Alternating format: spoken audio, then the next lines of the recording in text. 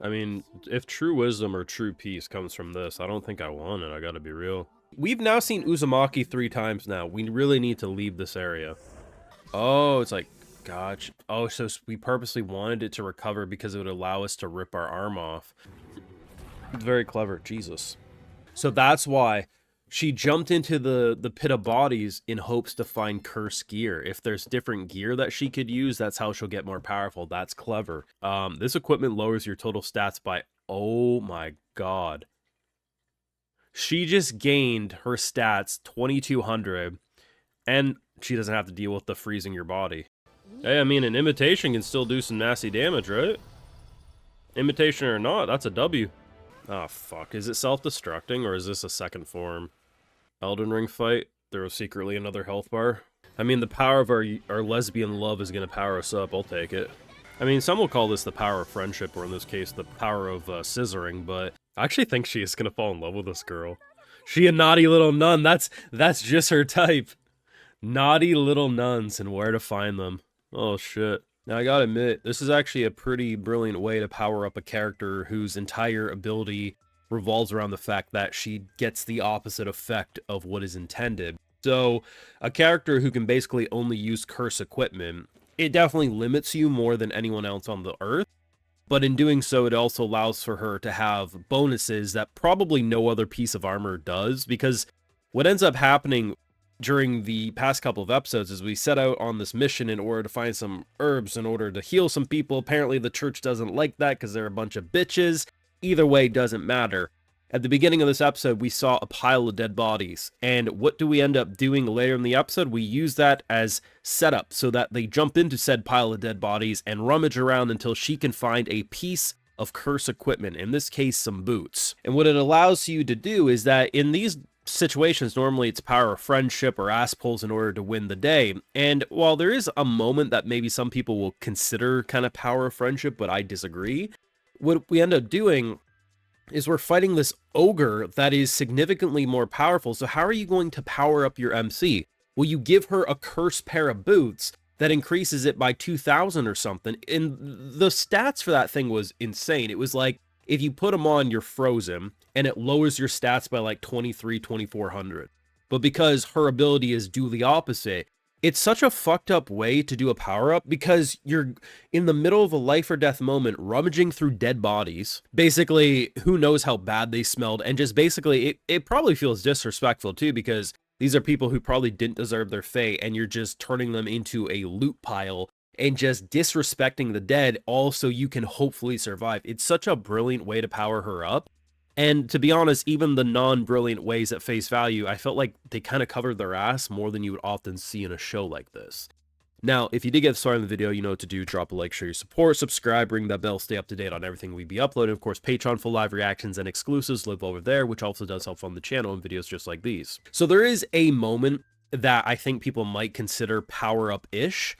So she thinks back to her past. She remembers some teachings of one of the warriors around her, which this dude basically explains it as like something that goes beyond magic. It's almost like, I have to imagine it's like reaching a Zen zone where you've ascended past normal human understanding, and it's something that allows you to unleash this energy that isn't magic. It's something a lot more weightless, and it probably just feels completely different. So she does do that, which explains why she was able to initially kill this ogre. Unfortunately, this is worse than any Dark Souls boss fight, because while sure it came back with a second health bar the first time, when it just continuously comes back, that's just too bullshit. So she ends up, you know, thinking of like, listen, you know what?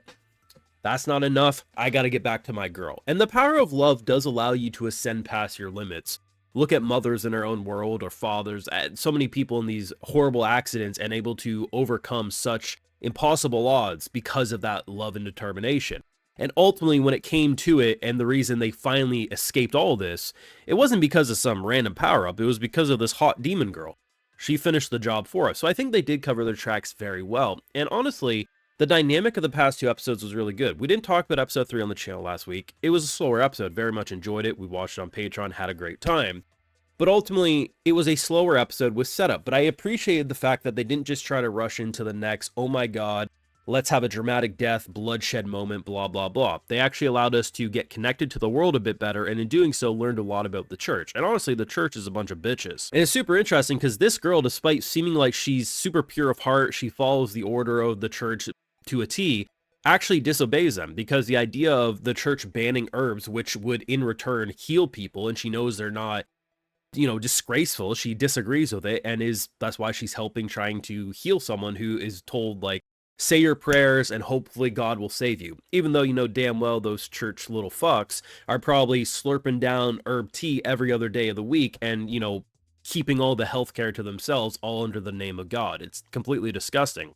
Which is why it's no surprise she immediately adjusted her opinion from demons are evil to, you know what, woman? My bad. Because this demon is actually telling us that, like, hey, demons don't go out of their way to kill humans. It sounds like if demons during wars and stuff, sure, things happen, but if you don't give a reason for a demon to kill a human, they're not going to go out of their way to do it. So it sounds to me like, unless provoked, demons aren't to be feared, and with tits like those, I understand. I will say though, it does feel like there's something brewing with these two. She's already calling her goddess. I don't know, man. I mean, Flum and Milkit, which I still can't get over the fact that our girl's name is Milkit. It might as well just call her Mildred while you're at it.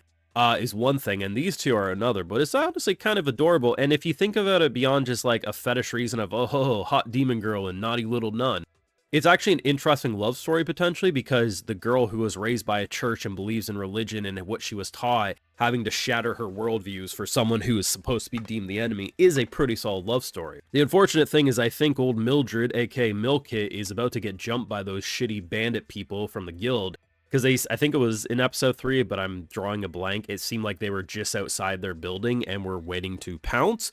We're unfortunately not back home. I don't know what she can do against this. She thinks it's Master coming home, but I think she's in for a rude awakening. Either way, good past couple of episodes. I think episode 3 was very important. It's, like I said, a lot less to discuss about, but a very fun watch, and I did enjoy watching it. But it served its purpose to show you that it's not just about getting to the next big death scene or something. Episode 1, a lot of violence, of course. Episode 2, cutting your own arm off, crazy shit. Episode 3, fuck the church. Like, that's kind of the vibe I got, while also introducing a lot of simpler things, but making me really enjoying the characters and proving that the show's just not about getting to the next bloodshed. The reason episode 4 is probably my favorite is just because it felt like all the pieces that I've been enjoying from the past few weeks just fell together in one perfect episode, and honestly, it's super clever using the pile of dead bodies, which initially were like, don't look at them, it's horrible down there, to I need to have you jump in here because we need to find a fucking cursed item, otherwise we're all fucked. Great stuff. Let me know your thoughts down below. Make sure you drop a like, share your support, subscribe, ring that bell, and yes, Patreon for live reactions to all these episodes and more. Like, hey, I love to give video shoutouts to my patrons because they make these videos possible. So today we got Jacob Winslow, Tobias Reinhold, Flavdorks414, 12X, Drift, Ukando Itsuhuzi, Linkitsu, Gutter Snipe, and we also have Simulcrum. So I appreciate the support. Please take care and have a good one.